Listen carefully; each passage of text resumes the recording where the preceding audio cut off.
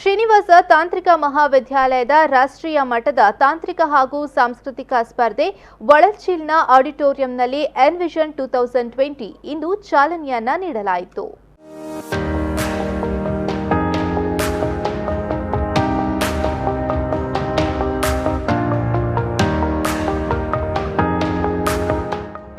ಶ್ರೀನಿವಾಸ್ ತಾಂತ್ರಿಕ ಮಹಾವಿದ್ಯಾಲಯದ ರಾಷ್ಟ್ರೀಯ ಮಟ್ಟದ ತಾಂತ್ರಿಕ ಹಾಗೂ ಸಾಂಸ್ಕೃತಿಕ ಸ್ಪರ್ಧೆ ಎನ್ವಿಷನ್ 2020 ಕಾರ್ಯಕ್ರಮವನ್ನು ಪ್ರಧಾನ ತಾಂತ್ರಿಕ ವಾಸ್ತುಶಿಲ್ಪಿ ಶ್ರೀಪಾದ ಹೆಬ್ಬಾರ್ ಇವರು ದೀಪ ಪ್ರಜ್ವಲಿಸುವ ಮೂಲಕ ಚಾಲನೆಯನ್ನ ನೀಡಿದರು.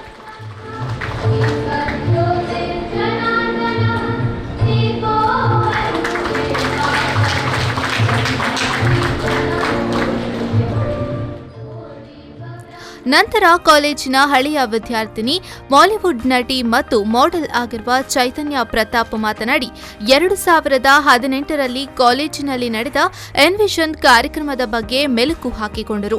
2 ದಿನಗಳ ಕಾಲ ನಡೆದ ಈ ಕಾರ್ಯಕ್ರಮವು ಬಹಳಷ್ಟು ಉಪಯುಕ್ತವಾಗಿದೆ ಎಂದು ತಮ್ಮ ವಿದ್ಯಾರ್ಥಿ ಜೀವನದಲ್ಲಿ ನಡೆದ ಕಾರ್ಯಕ್ರಮದ ಕುರಿತಾಗಿ ಮೆಲುಕು ಹಾಕಿದರು.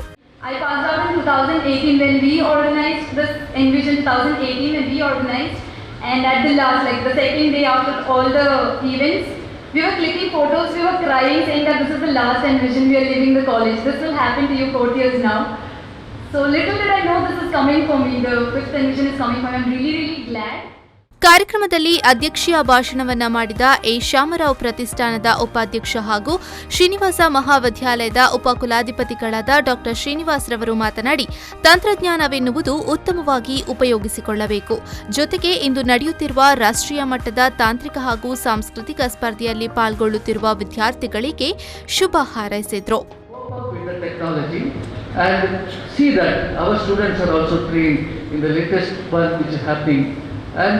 Definitely, after that, it is their world and they have to look into the industry.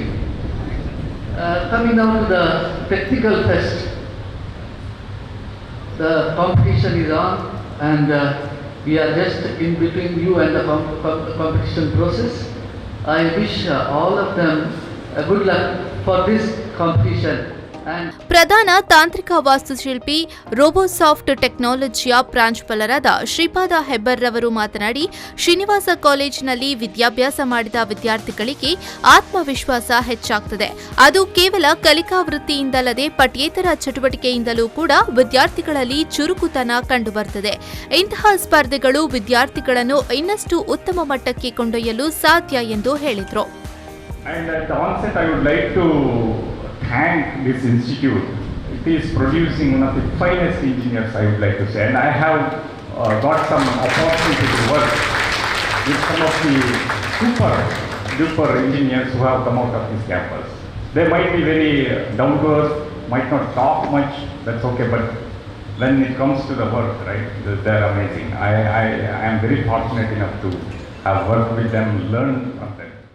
ಇನ್ನು ಈ ಕಾರ್ಯಕ್ರಮದಲ್ಲಿ ಕಾಲೇಜಿನ ಪ್ರಾಂಶುಪಾಲರಾದ ಡಾ ಶ್ರೀನಿವಾಸ್ ಮಯ್ಯಾಡಿ, ಕಾರ್ಯಕ್ರಮದ ಸಂಚಾಲಕ ಪ್ರೊಫೆಸರ್ ದೀಪಕ್ ರಾಜ್, ವೈಮಾನಿಕ ವಿಭಾಗದ ಡೆಲ್ರಿನ್ ಜಿನ್ ಡಿಮೆಲ್ಲೋ, ರೋನ್ಸಿಲ್ ಪ್ರಜ್ವಿಲ್ ಡಿಸೂಜಾ ಉಪಸ್ಥಿತರಿದ್ದರು. ಇನ್ನು ವಿದ್ಯಾರ್ಥಿಗಳಿಗೆ ವಿವಿಧ ಇಲಾಖೆಗಳ ಅಡಿಯಲ್ಲಿ ತಾಂತ್ರಿಕ ಸ್ಪರ್ಧೆಗಳನ್ನು ಆಯೋಜಿಸಲಾಗಿತ್ತು.